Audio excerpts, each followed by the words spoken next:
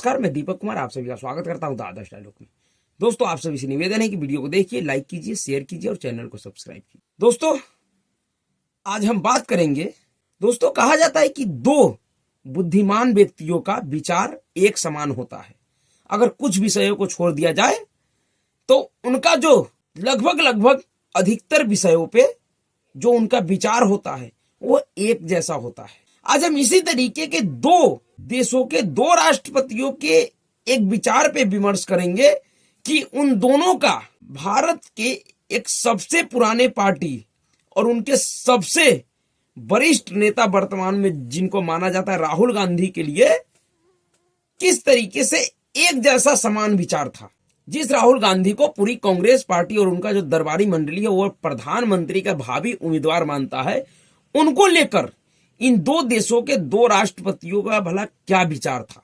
उसमें पहले राष्ट्रपति है अमेरिका के राष्ट्रपति बराक ओबामा जी। आप सब जानते हैं कि बराक ओबामा जी 2015 में भारत के गणतंत्र दिवस पे मुख्य अतिथि के तौर पे आए थे। उस समय बराक ओबामा जी से राहुल गांधी जी का मुलाकात हुआ था। दोनों एक दूसरे के साथ काफी समय तक चर्चा किए थे। उस चर्चा के आधार पे बराक ओबामा जी जितना राहुल गांधी को समझ पाया, उस आधार पर बराक ओबामा जी ने एक किताब लिखा। उस किताब का नाम है ए प्रोमिस्ड लैंड। ये प्रोमिस्ड लैंड। उस किताब में बराक ओबामा जी ने दुनिया के बहुत सारे नेताओं के बारे में लिखा। मनमोहन सिंह जी के लिए लिखा है, सोनिया गांधी जी के लिए लिखा है, चीन के राष्ट्रपति शी जिनपिंग के लिए लिखा है, लगभग कई देशों के वरिष्ठतम नेताओं के लिए लिखा है। उसी किताब में बराक ओबामा जी ने राहुल गांधी के साथ जो उनकी मुलाकात हुआ था, जितना वो राहुल गांधी को समझ पाए थे, उस आधार पर राहुल गांधी जी के लिए भी 2-3 वाक्य लिखे थे। जिन वाक्यों को पढ़ने के बाद जब वो मीडिया में आया था, जब वो छपा था अखबारों में, उसके बाद पूरे कांग्रेस पार्टी में हाहाकार मच गया था। पूरा कांग्रेस पार्टी और उनके प्रवक्ता और उनके दरबारी उस समय बराक ओबामा जी के पीछे पड़ गए थे। उनको तरह तरह की अपशब्द कह रहे थे।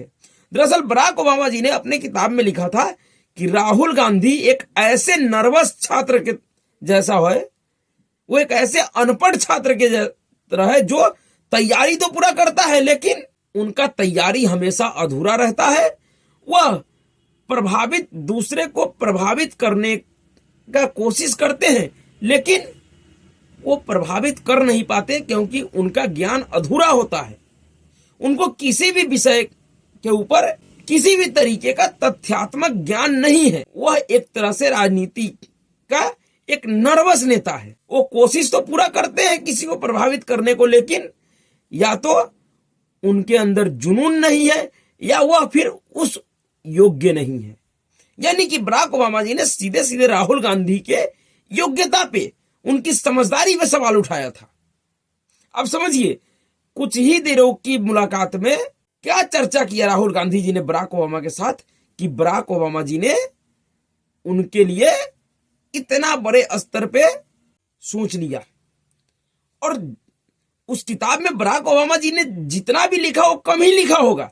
जितना वो समझे राहुल गांधी को उससे कम ही लिखा होगा और मर्यादित शब्दों में लिखा, क्योंकि उस समय राहुल गांधी कांग्रेस पार्टी के राष्ट्रीय उपाध्यक्ष थे और बराक ओबामा जी को भी पता था कि भारत की राजनीति में गांधी परिवार, नेहरू परिवार और राहुल गांधी का क्या हैसियत है। उसको देखते हुए बराक ओबामा जी ने जो भी लिखा वो कम ही लिखा होगा, संक्षिप्त में ही लिखा।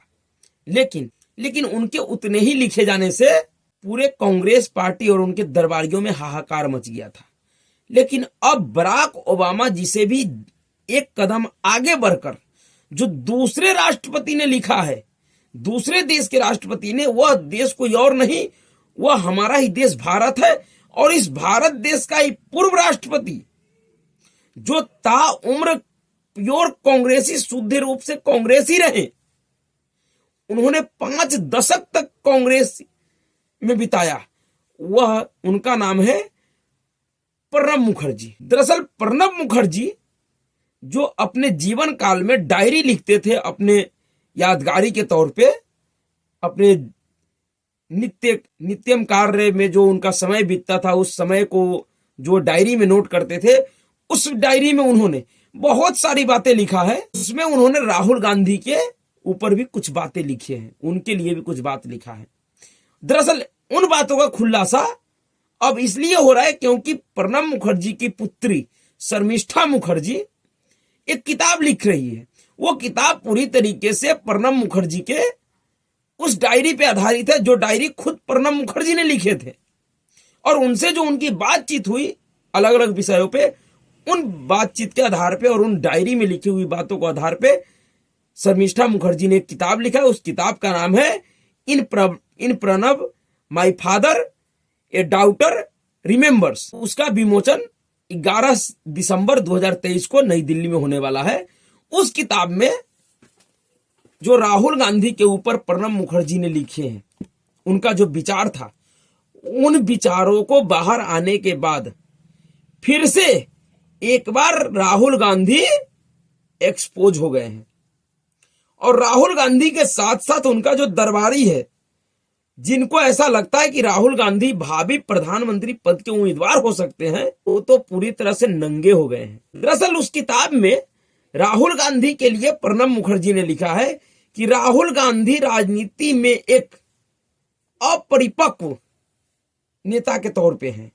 उनके अंदर ना तो वह काबिलियत है कि वो राजनीति को चला पाएंगे, और ना ही वह करिश्मा है जिससे वह लोगों को अपने तरफ आकर्षित कर पाएंगे। जिस तरीके का करिश्मा एक राष्ट्रीय स्तर के नेता के अंदर होना चाहिए कि उनके बातों पे लोग भरोसा करे, इस तरीके का कोई गुण राहुल गांधी के अंदर नहीं है। राहुल गांधी के अंदर अगर कुछ है तो वह सिर्फ और सिर्फ राजनीतिक घमंड है, और वह घमंड इसलिए है कि राहुल गांधी गांधी नेहरू खानदान का वारिस है। राहुल गांधी को ऐसा लगता है कि उनसे ज्यादा समझदार और बड़ा इस देश में कोई नहीं है। प्रणब मुखर्जी लिख रहे हैं, अपने उस डायरी में लिखे हैं, ये उनका विचार था राहुल गांधी को लेकर।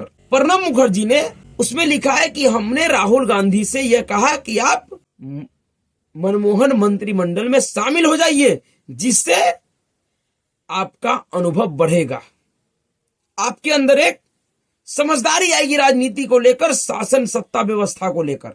लेकिन उन्होंने इस बात को नहीं माना, क्योंकि उनको लगा कि अगर वह इस कैबिनेट में शामिल होंगे तो उनका बेइज्जती होगा, क्योंकि राहुल गांधी को ऐसा लगता है कि उनके लिए अगर राजनीति में कोई पद है तो वह सिर्फ और सिर्फ प्रधानमंत्री का पद है। और इसका उदाहरण एक और घटनाओं से आप समझ सकते हैं कि 2022 के उत्तर प्रदेश चुनाव में कुछ लोग ऐसा माहौल बना रहे थे कि अगर उत्तर प्रदेश में राहुल गांधी को मुख्यमंत्री पद का चेहरा घोषित कर दिया जाए तो कांग्रेस पार्टी को बहुत अधिक फायदा होगा, हो सकता है उनकी सरकार बन जाए। लेकिन राहुल गांधी भला किसी प्रदेश का मुख्यमंत्री कैसे बन सकता है, क्योंकि राहुल गांधी का तो सीधा अधिकार इस देश के प्रधानमंत्री पद के कुर्सी पे है, तो भला वो उससे नीचे का पद कैसे लेंगे। जबकि और इसी बात को प्रणब मुखर्जी अपने डायरी में भी बताने का कोशिश कर रहे हैं कि राहुल गांधी के अंदर एक पारिवारिक घमंड है कि वह नेहरू गांधी परिवार का वारिस है। जबकि अगर राष्ट्रीय स्तर के नेता की बात की जाए तो राहुल गांधी और अटल बिहारी वाजपेयी जी का कहीं से कहीं तक कोई तुलना नहीं है। अटल बिहारी वाजपेयी जी एक बहुत बड़े स्टेचर के नेता रहे इस देश में, उनके बराबरी करना राहुल गांधी के 7 जन्मों में भी नहीं हो पाएगा। उस अटल बिहारी वाजपेयी जी को 1974 के चुनाव में, उस समय जनसंघ हुआ करता था, भारतीय जनता पार्टी नहीं, उस चुनाव में उत्तर प्रदेश में अटल बिहारी वाजपेयी जी को मुख्यमंत्री पद का चेहरा बनाया गया था, लेकिन वो चुनाव हार गई थी भारतीय जनता पार्टी। फिर भी यह इस बात को दर्शाता है, कोई भी नेता अगर जो जनता का सेवा करना चाहता हो, राष्ट्र सेवा करना चाहता हो, उसके लिए कोई पद छोटा या बड़ा नहीं होता है। लेकिन जब किसी नेता के अंदर इस बात का घमंड हो जाए कि वह बहुत बड़े स्टेचर का नेता है, उनका व्यक्तित्व बहुत बड़ा है अपने आप में ही, तो फिर उसके लिए पद मायने रखता है। और यही दिक्कत राहुल गांधी के अंदर है।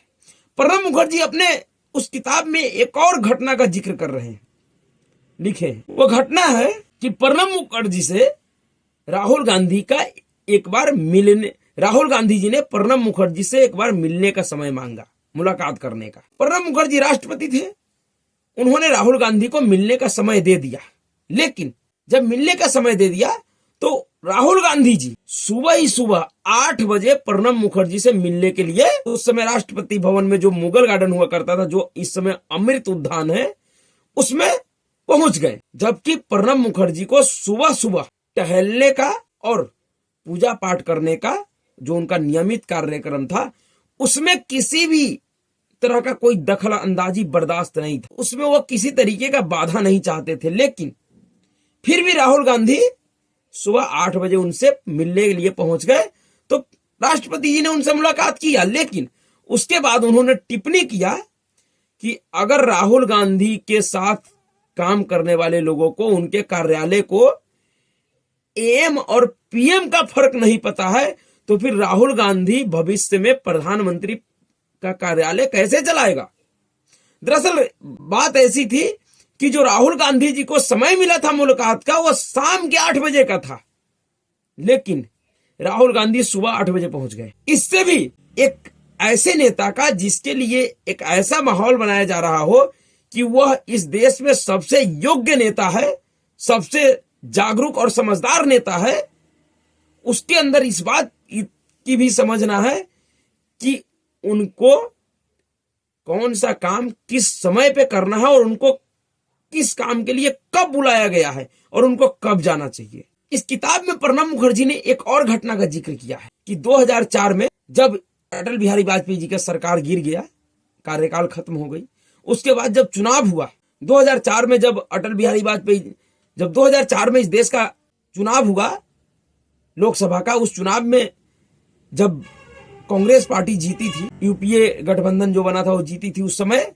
जब प्रधानमंत्री पद बनने की प्रधानमंत्री की बातचीत होने लगा कि प्रधानमंत्री कौन बनेगा, उस समय सोनिया गांधी का पूरा मन था कि वो प्रधानमंत्री बने, लेकिन सहयोगी दलों के विचारों को वजह से वो नहीं बन पाया। उस समय जब सोनिया गांधी रेस से हट गई तो प्रधानमंत्री पद के दावेदार के तौर पे 2 नामों का जिक्र होने लगा। एक था मनमोहन सिंह और दूसरा, पहला था प्रणब मुखर्जी और दूसरा मनमोहन सिंह जी। लेकिन प्रणब मुखर्जी लिखते हैं कि उनको प्रधानमंत्री इसलिए नहीं बनाया गया क्योंकि वह गांधी परिवार या किसी भी व्यक्ति का चाकरी नहीं करना चाहते थे, उनसे वो नहीं हो पाता। उन्होंने कभी भी प्रधानमंत्री मनमोहन सिंह का आलोचना नहीं किया, लेकिन उनका सिर्फ ये कहना कि सोनिया गांधी मुझे प्रधानमंत्री नहीं बनाएगी क्योंकि मैं किसी का चाकरी नहीं कर सकता हूं, मैं किसी के कमांड पे काम नहीं कर सकता हूं। दरअसल उनका यह सीधा सीधा हमला मनमोहन सिंह पे था एक तरह से कि सोनिया गांधी इसलिए प्रधानमंत्री मनमोहन सिंह को बनाएगी क्योंकि मनमोहन सिंह उनका चाकरी करेंगे, मनमोहन सिंह उनके कमांड पे काम करेंगे, जबकि मैं ऐसा नहीं कर सकता हूं।